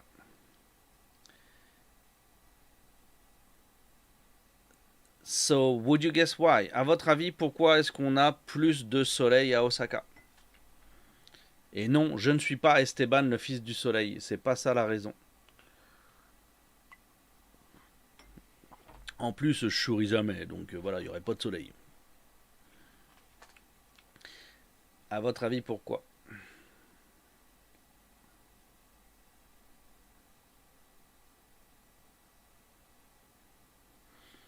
C'est des hypothèses, hein, je sais pas, hein, j'ai pas la réponse exacte par un spécialiste, c'est moi qui imagine que. C'est dans mon habitude de faire toujours le contraire. Pour favoriser le tourisme. On décide pas s'il y a plus de soleil ou pas. C'est une donnée qui est pas choisie. En fait, si vous regardez la situation, si je vous montre, voilà, it's the mountains, yes, definitely, because if we look at the map, actually, Osaka is a large bay, okay, going to the inside sea, while Kyoto is actually in a smaller space and it's surrounded by mountains. So you get more clouds trapped, like in Grenoble. You get more clouds trapped in here with no wind or anything than on Osaka, which is an open bay to the inner sea. Je vis dans un trou. Donc voilà. Maintenant, il y a le fils du soleil, Esteban, moi, donc, qui est là. Mais comme je souris jamais, ça n'a pas d'impact. So, Osaka knows more wind and clouds will always go by, but will not stay on Osaka. Les nuages nous passent, mais ne s'arrêtent pas, alors qu'ils peuvent s'arrêter beaucoup plus longuement sur Kyoto.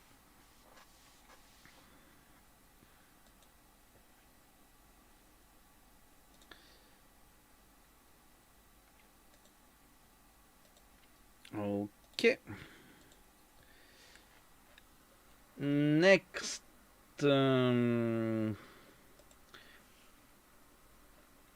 Let's talk about rain.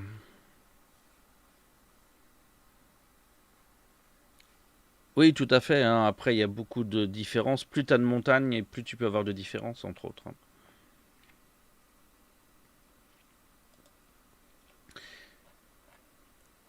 So, what's the total yearly precipitations in Tokyo in millimeters? Quel est le total des précipitations annuelles de Tokyo en millimètres? 1534 mm, 1651 mm, 1726 mm ou 1874 mm. Laquelle de ces quantités est correcte? What's the total yearly precipitations in Tokyo in millimeters? Lady qui continue à jouer les statistiques. Ced qui cherche une logique.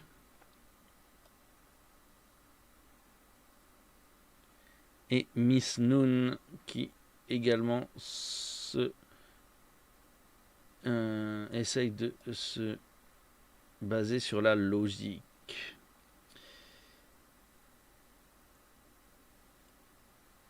Donc, vous avez choisi... J'aurais même poussé au 4. Oh. Donc, vous avez choisi 1651 et 1726. Non, j'ai pas pensé à faire la blague. Donc, vous avez choisi en majorité 1651. Et la bonne réponse pour les précipitations annuelles sur Tokyo est... la bonne réponse est 1874. C'était donc... Si je relance le truc, histoire de... Hop. C'était le plus gros chiffre que je vous donnais. It was 1874 millimeters, the highest number I was giving you.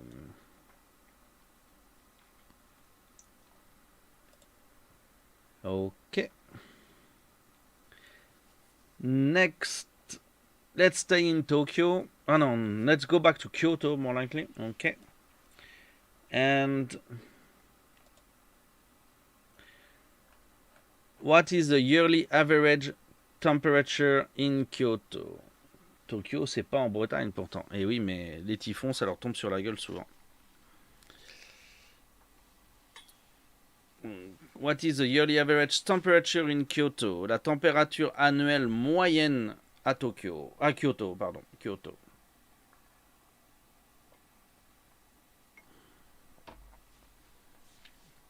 Là, ils vont commencer à chialer. Là. Ils vont se taper la saison des pluies à Tokyo. Ils vont commencer à se les... Ils vont vouloir devenir amphibies. Alors que nous, c'est fini, là, quasiment. À Osaka, on est épargné en fait. So the yearly average temperature in Kyoto said goes for 17.4.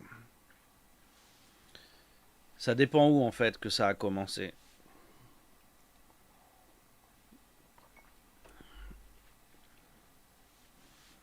Ça a commencé en avance, mais nous ça a déjà fini en fait. Nous on n'a pas une vraie saison des pluies à Osaka. C'est un peu chelou en fait. Les saisons des pluies ça n'existe plus vraiment.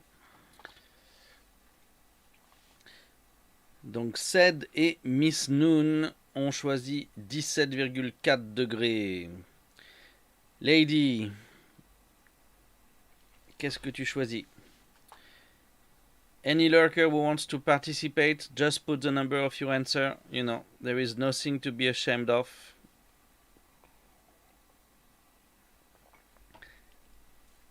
Quelle est la température moyenne annuelle de Kyoto?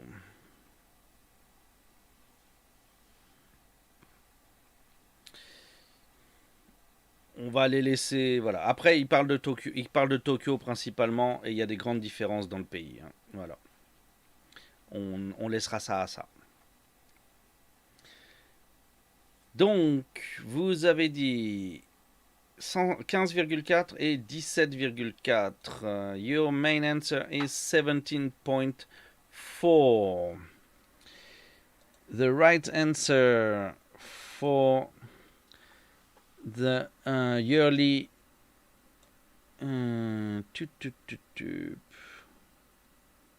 oops, I forgot to write my answers for those. That sucks.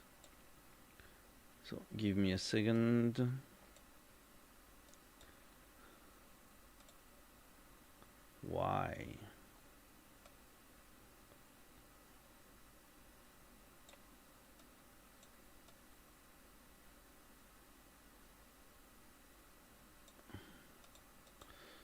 Okay, give me a second, I have something weird. Okay.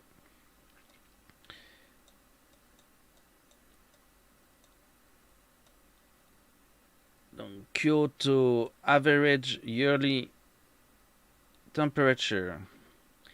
It is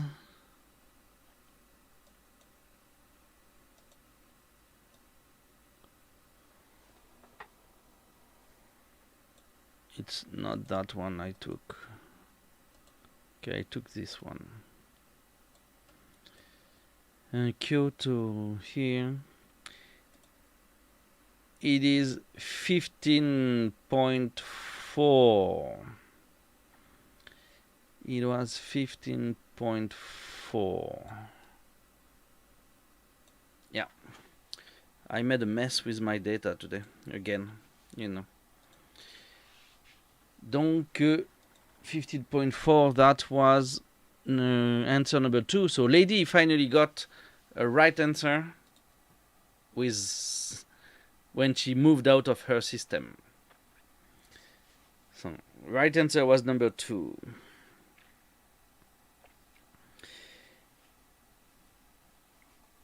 C'était 15,4.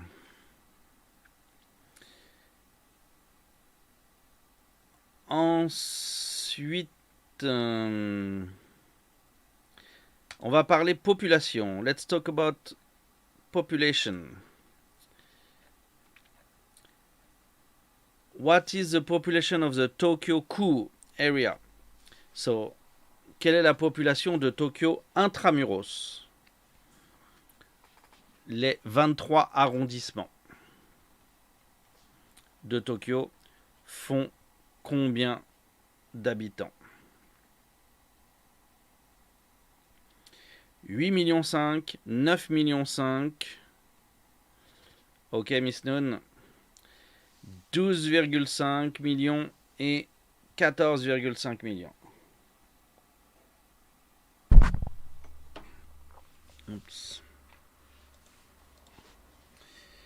Et du coup, comment je fais pour vérifier ça, vu que j'ai pas réduit mes bordels.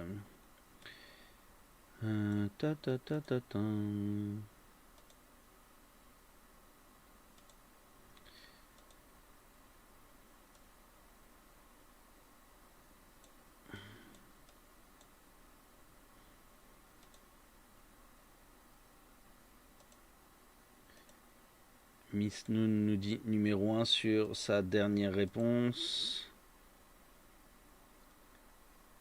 Je cherche désespérément à retrouver ma data.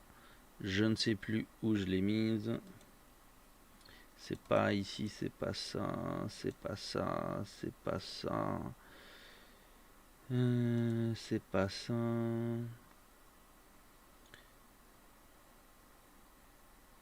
Hop, ici, population 2019, ça y est, j'y arrive.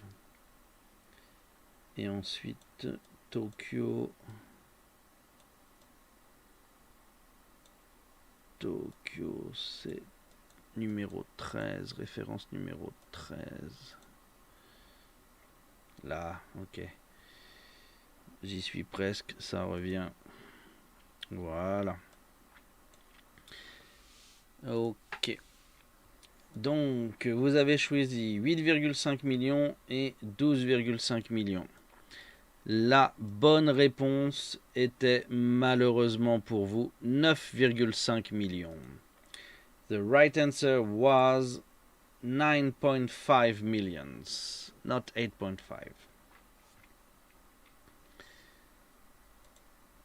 Donc le truc à voir, c'est qu'on nous dit toujours, ouais, Tokyo, mégalopole, millions, truc, 40, 80, 100 millions, voilà. On nous parle des chiffres de fou. La partie Tokyo intramuros, ce qu'ils appellent la Ku area, quand ils font du Japanglish, d'accord, c'est 9,5 millions sur l'intérieur, sur les coûts. Après, vous rajoutez dessus Hachioji, Tachikawa, Musashino, Mitaka, Ome, Fuchu, Akishima, Chofu, Machida, Koganei, Kodaira, Hino, Higashimurayama, Kokubunji, Kunitachi, Fusa, Komae, Higashiyamato, Kiyose, Higashikurume, Musashimurayama, Tama et Inagi. Et Hamura, et Akiluno, et Nishitokyo. Et tout ça, ça vous donne la grande métropole de Tokyo. Mais l'intramuros, c'est 9,5 millions. Vraiment le petit centre, hein, c'est pas du tout. Donc si je retourne sur la carte,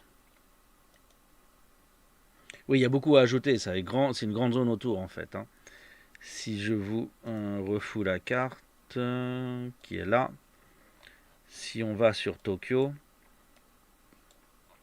voilà, c'est si on compte en fait la partie ici, d'accord, cette partie-là de Tokyo, ça c'est 9,5 millions, d'accord, tous les coûts qui sont là. Alors il y en a peut-être un, il y a Adachi qui est là, voilà, tous ceux qui ont ce kanji là au bout là, voilà, tous ceux qui ont ce kanji là, on les ajoute. Alors c'est peut-être un peu plus grand que ce que je dis, c'est là plutôt. Ouais. Voilà, ça fait 9,5 millions. Cette partie-là.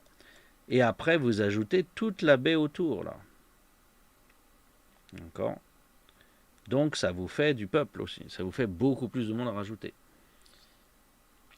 Il faut juste pas rajouter Kawasaki, Yokohama. Donc, en fait, on s'arrête ici. On prend ça, là. Et ça s'arrête avant Chiba, ici. 13 962 725. Voilà. Mais Tokyo Intramuros, qui est sur la partie des coûts, là, 9,5. Donc sur l'extérieur, c'est quand même moins dense, puisqu'on a que 4 millions sur l'extérieur.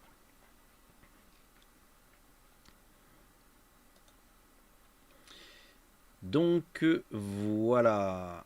Il ne faut pas non plus se monter le bourrichon sur la question. Non, c'est pas ça que je veux montrer. C'est ça. Ensuite, deux dernières statistiques qui m'ont énormément surpris. En fait, c'est la même statistique, mais j'ai voulu mettre les deux sexes pour voilà. C'est un peu lourd. Oui, tout le monde veut être en ville, bien sûr, c'est plus pratique. So next, let's move to, family lifestyle. How many men between 15 and 19 were widowed in Japan in 2015? Combien d'hommes entre 15 et 19 ans étaient veufs au Japon en 2015? Donc, ça veut dire qu'entre 15 et 19 ans, ils se sont mariés et ils ont perdu leur femme. Enfin, leur femme est morte. D'accord? C'est des veufs. Combien d'hommes veufs entre 15 et 19 ans au Japon en 2015?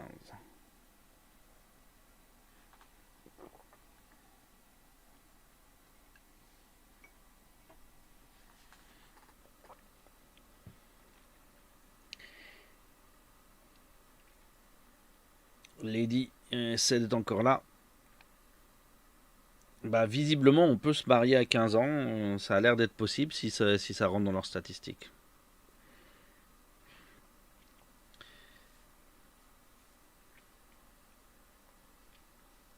Donc, vous me répondez tous les deux 200.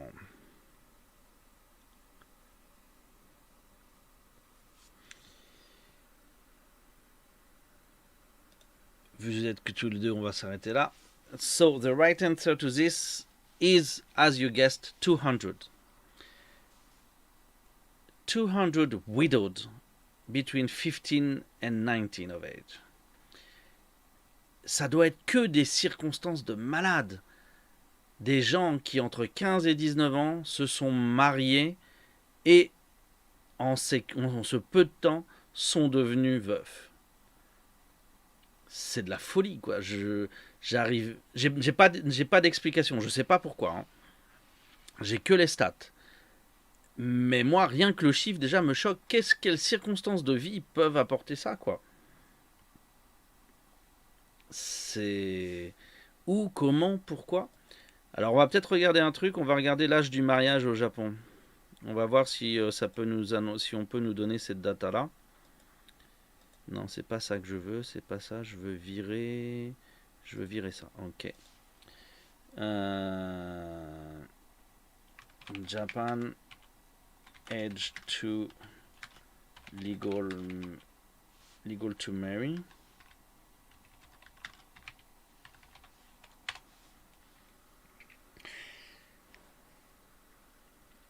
Donc, si on prend là, voilà, les informations qui tombent sur Google, mariage, c'est 18 ans pour les hommes, 16 ans pour les femmes.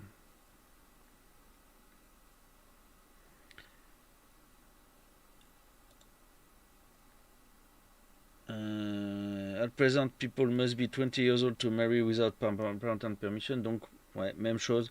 18 ans pour les garçons, 16 ans pour les filles.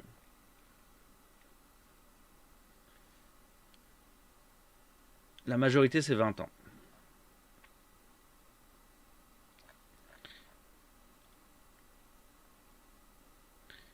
Donc après, on peut se dire que du coup, ça ne concerne pas les 15, 16, 17. Là, chez les garçons, du coup, hein, on est chez les garçons. Ça ne concerne pas les 15, 16, 17. Ça concerne juste les 18, 19.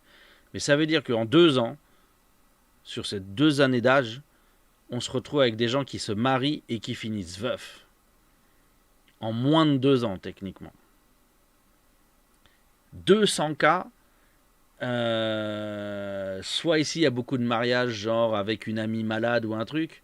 Mais même avec la population de 120 millions, 125 millions, 200 cas comme ça chaque année, fou.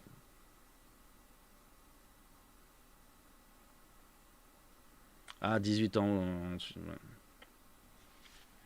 C'est bien que vous soyez tombé pas comme ça. C'est une bonne chose. Mais voilà quoi. 200 cas comme ça. 200 mecs de 18 ou 19 ans qui se sont mariés et dont la femme est morte. J'arrive pas à imaginer les circonstances. Voilà, ça m'a laissé sur le cul. Je suis dans le monde de l'incompréhension là. Mais du coup, j'ai la donnée opposée alors du coup. Et de l'autre côté, I've been baffled by this, so let's move to the other side. What would you think is the number of women between 15 and 19 that were widowed in Japan in 2015. Oui, au Japon aussi, il peut y avoir un mariage avec accord, mais c'est 16 ans pour les garçons et 18 pour les filles. 20 ans sans accord parental. Avant ça, techniquement, visiblement, c'est pas possible.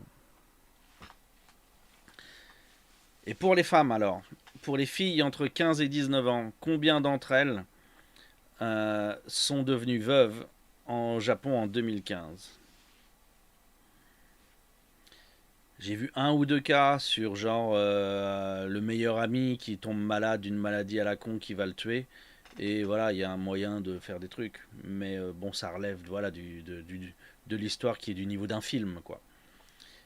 Voir 200 cas par an quand même au Japon, ce serait fou.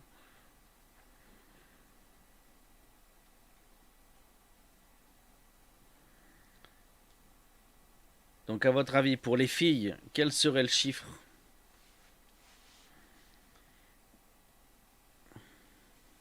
Quelle serait la stat pour les filles selon vous?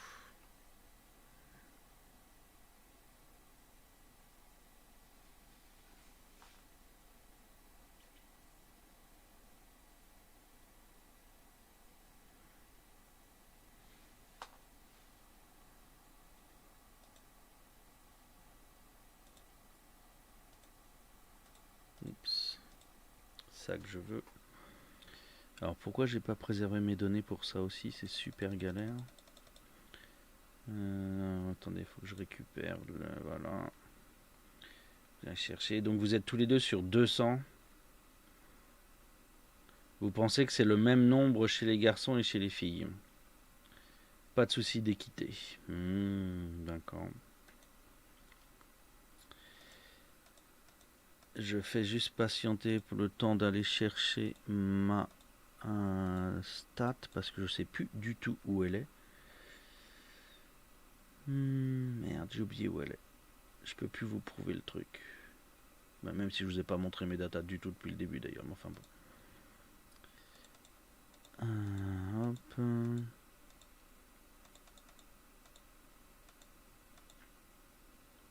Bon, je vais vous le dire de tête parce que je m'en souviens à cause du choc que ça m'a fait sur le truc. Mais... So... Elle est où cette putain de donnée? Elle doit être par ici.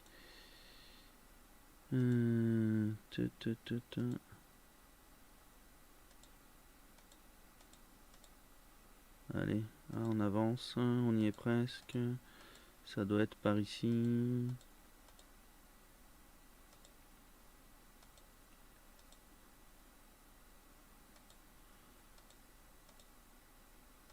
Non, ça veut plus. Bon, j'aurais pas la donnée exacte, mais bon.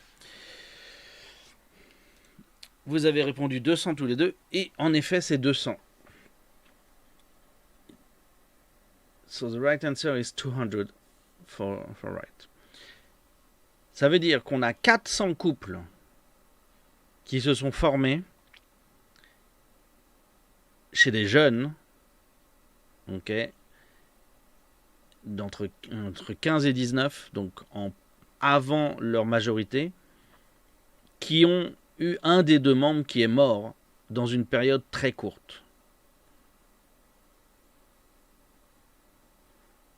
400 couples au total. Il y a un truc, quoi. Il y a un truc, une religion qui manipule des gens, ou il y a un système pour passer quelque chose aux enfants malades, ou un truc. Il y a à mon avis, il y a un secret à chercher là-dedans, parce que ça me paraît fou d'avoir autant de cas, quoi. Pour moi, ça devrait être juste une exception, ça devrait être une dizaine de cas par an, grand max. Mais 400 cas, 200 de chaque sexe, ça me paraît énorme. Ça, moi, je trouve qu'il y a un truc, il y a un truc à fouiller là-dedans. Je pense qu'il y a une surprise assez énorme sur la question, je pense. C'est possible, l'impact de certaines sectes, c'est de l'ordre du possible.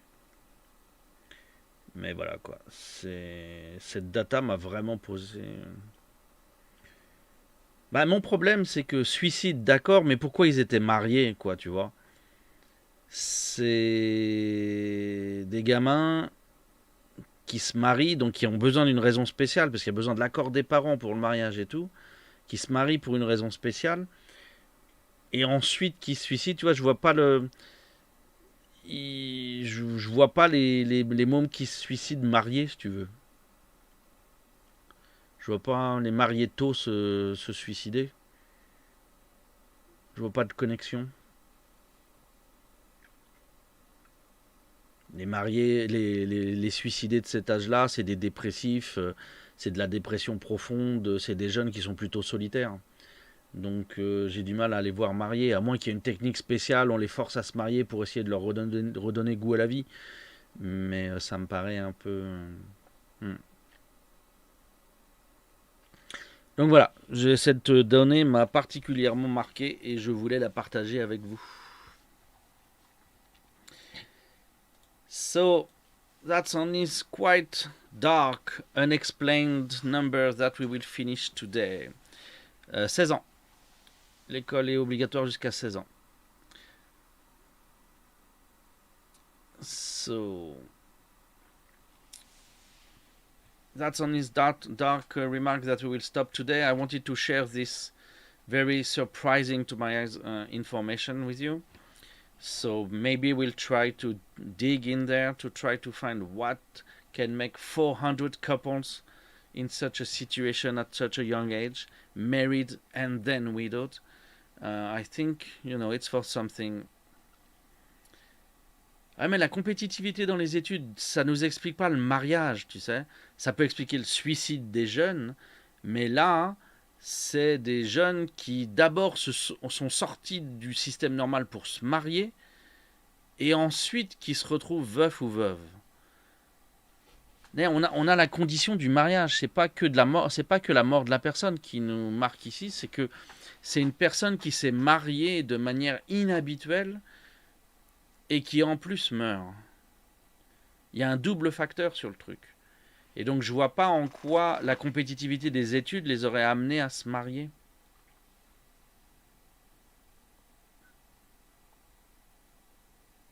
Après, ça pourrait être une dépression, des gens forcés au mariage parce qu'ils ont mis la copine enceinte, et puis s'ils supportent pas la pression et se tirent une balle. D'accord, mais c'est 400, faudrait commencer à s'inquiéter, quoi.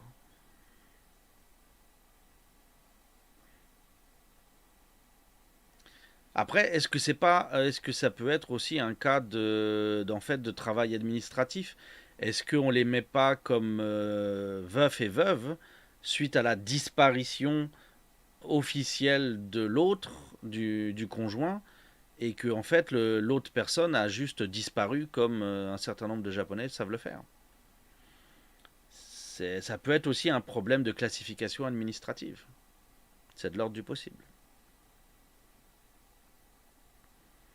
So, if you have any information, any will to look into that, maybe that's something you want to dig in, because I think you might, uncover some interesting facts with this. Voilà, on a fait nos 2 heures habituelles. On va. Ouais, obligé d'arrêter les études, mais rêver du boulot ici, c'est rare quand même, hein. Donc, c'est triste, ça, c'est sûr. Petite annonce demain. J'ai un problème sur le schedule de Twitch qui fonctionne pas comme il devrait. Donc voilà, je vous le dis à l'oral. Demain, le IRL habituel ne se fera pas de 15 à 17 heures parce que j'ai des réservations. Mais il est probable que je fasse un IRL alternatif plus tard. Il est possible que je fasse mon premier IRL en soirée demain. Donc qui serait probablement aux alentours de midi ou même 1 heure probablement, heure française. So tomorrow my usual IRL will not happen because I've been booked, and you might see my alternative IRL way later, could be around 8 at night in Japan. So European time, France, England, it would be something like 1 o'clock in the afternoon. Merci beaucoup de m'avoir regardé ce soir. Merci beaucoup d'avoir échangé avec moi. Thank you for sharing with me. Thank you for coming to watch my explanations. I hope to see you again soon. I hope you enjoyed it. And I will just say bye-bye for tonight. Have a good day. I will sleep well and see you next time.